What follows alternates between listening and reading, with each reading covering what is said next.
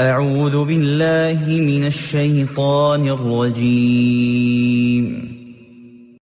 وأحيط بثمره فأصبح يقلب كفيه على ما أنفق فيها وهي خاوية على عروشها ويقول يا ليتني لم أشرك بربي أحدا ولم تكن له فئة ينصرونه من دون الله وما كان منتصرا.